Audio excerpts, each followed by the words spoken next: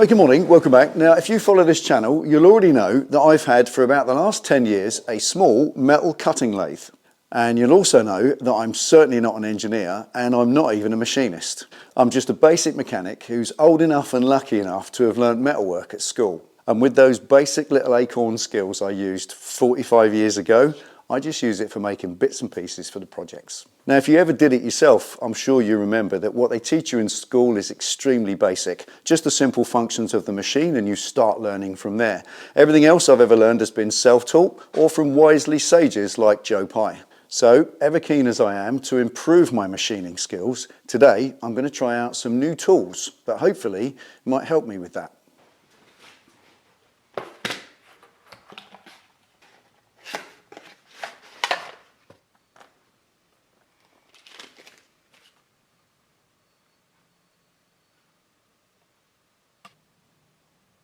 So, if you've never done this before, what I'm referring to is the actual cutting tool that leans against the metal and cuts it away.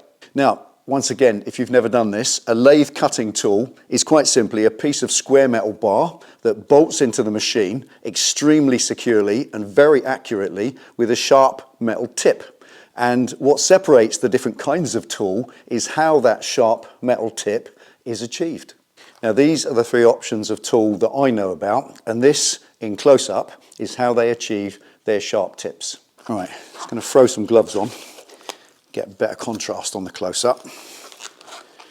Oh, there it is, a square piece of bar, and the little witness marks on the top where I've screwed it in the machine, and on the tip, as you can see, close-up, is a tiny little piece of super hard, sharp, high-speed steel, and that's been brazed onto the end of the bar at that angle for certain kinds of cut. And here's another one, which is a different shape for different cuts, and that's why you get a set of them. And these little brazed tips, they have one disadvantage, that when they get chipped or they go blunt, you have to grind them, and obviously they're tiny. So there's only so much grinding you can do before the whole thing's written off, because the tip itself is worn out. And also, as I've found, if you lean on these a bit too hard, the tip itself can simply break off. The brazing that holds it on isn't completely reliable. And as you can see, they come in a set, so you get different shaped tips for different jobs. But once again, the problem is, as they wear and have to be reground and eventually wear out or chip or the tips break off, you lose the most common ones that you're using all the time. Then the set itself becomes diminished and you have to replace all of it, including the ones that you really never use. So to be honest, this is quite an expensive option long term. Now, these were what I used 10 years ago when I first started using the machine. But once I started to experience all the problems I just said, it wasn't long before I switched over to what I'm using now. Imagine if you had a pencil and the tip, the bit you write with, was attached to the end. And if you broke your pencil, you had to throw the whole thing away. How wasteful and ridiculous would that be? We don't do that, do we? We sharpen the pencil and we expose a bit more tip. And we can keep doing that until the pencil's too short to use. Pencils last a long time because we refresh them, we sharpen them. And that, fundamentally, is kind of what these are. Now this, once again, if you've never seen it before, is a piece of high-speed steel. The stuff they make drill bits from. And as you can see, it's a square bar, as required, and it's blank on each end. And you simply buy a length of it, like that. You go to your grinder and you grind different shaped tips into the end of it for different jobs.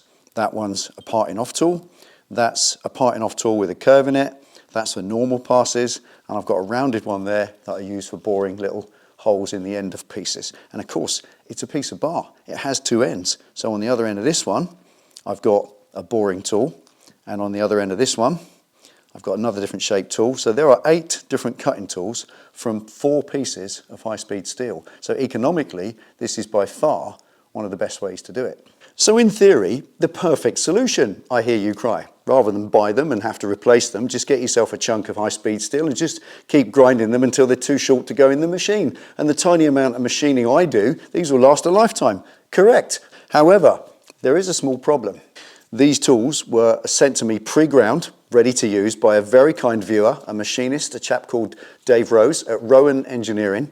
And he said, here we are, I've seen what you're using in your lathe, and I think you might get on a little bit better with these. And instantly I did. My work, the pieces that I was turning out in the lathe, instantly got better. And I learned that clearly using the right tools that are correctly shaped and sharpened gives you better work and better results. But after 6 years of resharpening these, I've quite probably changed the profiles a little bit, and I've maybe got them wrong, and these aren't performing as well as they used to. But I do have another option to maybe, hopefully, improve my work by using these. Now, these are the tools that you'll probably see every machinist using on the internet today. And they're a little bit like the first ones with the brazed in tips, with one very clever and simple difference.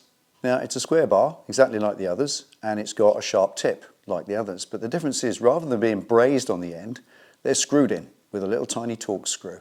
And there's not just that advantage, that that tip is infinitely replaceable, you can also reverse it. And in many of these tips, you can spin them round. Or, like this one, for instance, it's got 3 corners on the tip, so you've got 3 options of turning that round to keep using it until it's completely worn out, and then you just replace the tip, which costs pennies compared to replacing the whole tool when that tip is worn out.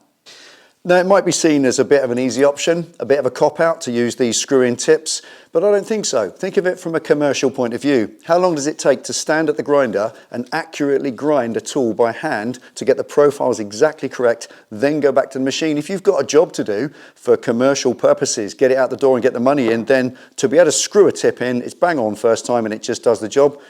Simple, innit? It's the obvious option. And I've seen some of the most professional machinists on the internet using these, so I trust these are not just DIY kit. Anyway, the proof of the pudding and all of that, I'm going to do a test piece. I'm going to take 2 pieces of steel, I'm going to cut with one of my tools, see what kind of finish it gives me, and I'm going to cut with a couple of these and see if it's improved. Let's get set up.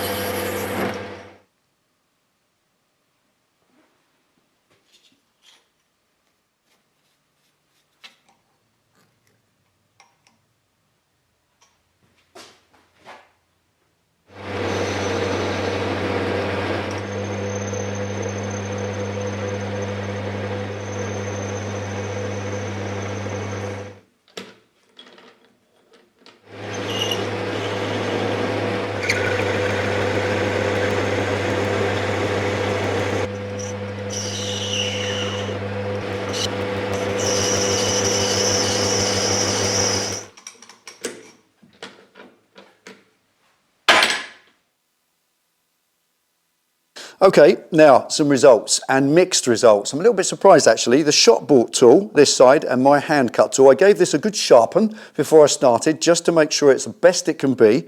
And here is what I found. Right, we've got the screw-in tip and the hand sharpened tool. First of all, the stainless steel bar. Definitely a win for the screw-in tip. It's smoother, almost a complete finish on the first pass, and it cuts more quietly and more easily. This, with my hand cut tool, it's rougher and feels like it needs finishing, and it was noisy. So 1-0 to the tip. Next, the aluminium. Now this is 50-50, I can't split them up. They feel like they've been cut by the same tool at the same time. Seriously, equally as smooth as each other. So that's an absolute draw. Both of them cut the same on aluminium. Then, the brass. Now this is a win for the hand sharpened tool. Definitely smoother, cuts more quietly, and that's almost polished straight off the tool. This one definitely feels like it needs finishing, and it's a little bit more noisy with the screw-in tip on brass. Interesting turnaround. Now I know that the machinists out there are howling already, saying, no, no, no, you need different speeds for brass than you do for aluminium and stainless. Yes, I know all of that. I'm aware of that, and it's not by any means a scientific test. It was a quick test because I expected a revelation. I expected a night and day difference from what I see people doing online, but it's not. The results are virtually the same, pretty much. Some better on one and some better on the other. Very interesting outcome. Now, if this proves anything, it's that hand machining is a detailed and complex discipline that takes a lifetime to get any good at. And I'm by no means any good at it, and I probably never will be. However, I have proved one thing to myself today, and that is that it's not the tool in the machine that does a good job. It's the tool operating the machine. Thank you for watching. I'll see you next time.